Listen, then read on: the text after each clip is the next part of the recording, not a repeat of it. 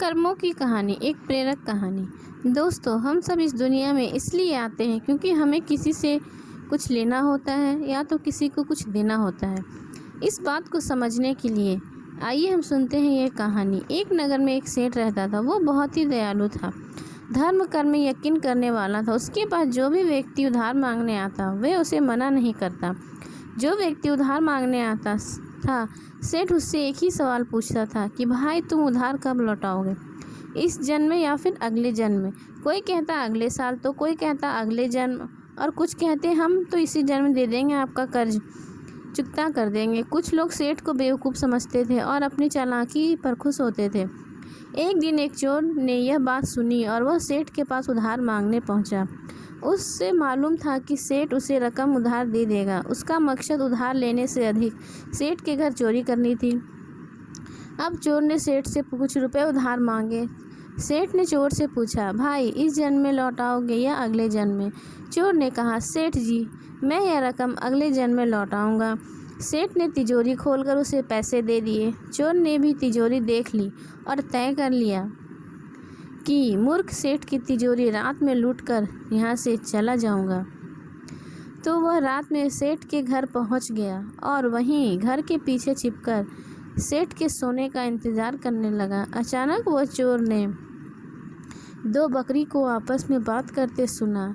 दोनों बकरी आपस में बातें कर रही हैं और वह कह रही हैं कि चोर वहीं था। एक बकरी ने दूसरे से पूछा, तुम तो आज ही आई हो ना?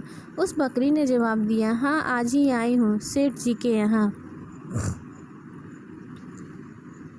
कर्ज उतारना है। अब तुम यहाँ कब से हो? उस बकरी ने पलटकर पूछा तो पहले वाली बकरी ने बताया, मुझे तो यहाँ 5 साल हो गए हैं। मैंने सेठ जी से कर्ज लिया था, यह कहकर कि अगले साल लौटाऊंगी, मगर मेरी मृत्यु हो गई और कर्ज नहीं चुका पाई। सेठ से उधार लेने के बाद जब मेरी मृत्यु हुई तो मैं बकरी बन गई और किस्मत से सेठ के घर चली आई। अब अपने बच्चे देकर उसका कर्ज उतार रही हूँ। जब तक कर्ज की रकम पूरी नहीं हो जाती तब तक यहीं रहना होगा।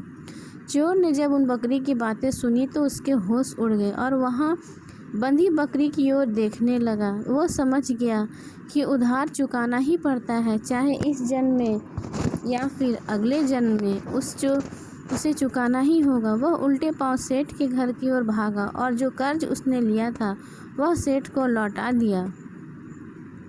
फ्रेंड्स, दोस्तों, इस तरह हर व्यक्ति को अपने हिस्से का कर्ज चुकाना ही पड़ता है और इसी कारण से मनुष्य इस दुनिया में अलग अलग रूप लेकर आते हैं। कोई बेटा बनकर आता है तो कोई बेटी बनकर आता है, तो कोई माँ, कोई पति तो कोई पत्नी, कोई मित्र तो कोई शत्रु बनकर आता है, कोई अंधा तो कोई लंगड़ा होता है। यह सब हमारे कर्मों का ही फल होता है। फ्रेंड्स, आपको यह कहानी कैसी लगी हमें कमेंट करके ज़रूर बताएं। कहानी देखने के लिए धन्यवाद।